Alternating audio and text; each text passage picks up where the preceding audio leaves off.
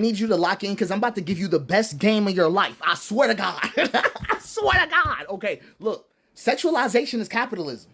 That's not a metaphor. It's just what happens when attraction gets pushed through a market logic. Because market logic has 3 rules: be visible, be legible, and be comparable. And once those 3 rules enter desire, bodies stop being bodies and they become signals. Hair signals, makeup signals, body signals, clothing signals, gym signals, and aesthetic signals. People think they're looking at attraction. They're not. They're looking at desirability packaging. Because sexualization trains the brain to look at people the way that a grocery scanner reads products. Quick signal, instant judgment, move on. But erotic attraction does not work like that. Listen to me. Erotic attraction does not work like that. It runs on mystery, and sexualization destroys mystery instantly because sexualization replaces encounter with maximum visibility. Everything is already announced. Everything is already exaggerated. Everything is already optimized to be understood in 3 seconds. But fascination does not grow where everything is immediately understood. That isn't how it works. Fascination grows in the space between someone noticing, right? Between you noticing someone and understanding them. I want you to get that.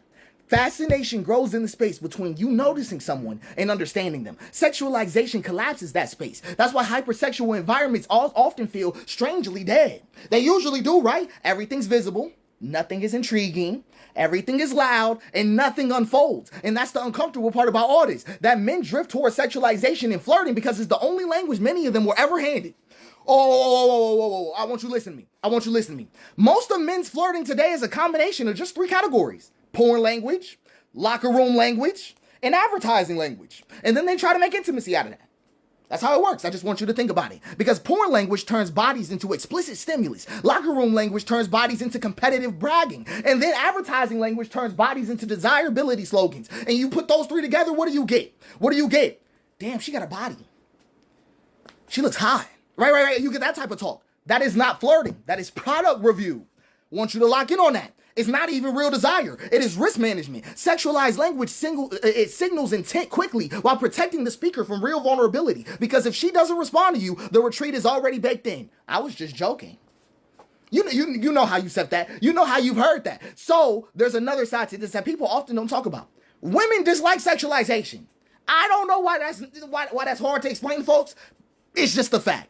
Modern environments quietly force their participation in it, though, because sexualization is the fastest way to become legible to attention systems, and attention systems reward spectacle. I just want you to understand what I'm trying to say. Spectacle rewards signals. Signals reward sexualization. It is a loop. It's a loop, right? Because attention systems reward spectacle, spectacle systems reward signals, and signals reward sexualization, which means people slowly get trained to convert their bodies into advertising surfaces. All it is. And the strategy seems strangely logical because if visibility increases, attention increases. But attention is not attraction. Catch what I just said. Attention is not attraction. Attention is traffic. Attraction is singular. And singular attraction requires something that the market can't tolerate. Guess what it is? Mystery. Mystery requires an interior life. It requires incomplete knowledge. It requires the possibility that someone is more than what can be scanned in 3 seconds. It really does. Fascination takes more than that. And this is where the trap shows up inside relationships. Because this is also why a relationship can be freaky all day and still die. Because sexualization increases the stimulus while killing the mystery eroticism needed to breathe. It happens all the time. Sexualization can create intensity. I'm not knocking that. But intensity is not the same thing as erotic life. Intensity burns. Eroticism breathes. That's why real flirting sounds completely different from sexualized language. Real flirting sounds like this. Sounds like, I like the way your smile shows up before you laugh.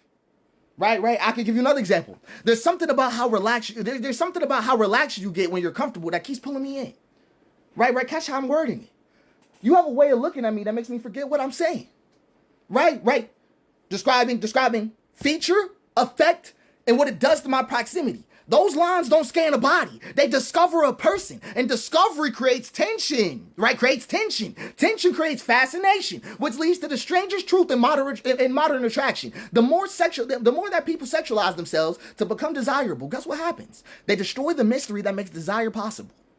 That's all that happens to them. Because sexualization does not make someone irresistible. It makes them immediately understandable. That's what happens when you get sexualized. And erotic fascination does not run on understanding. It runs on discovery.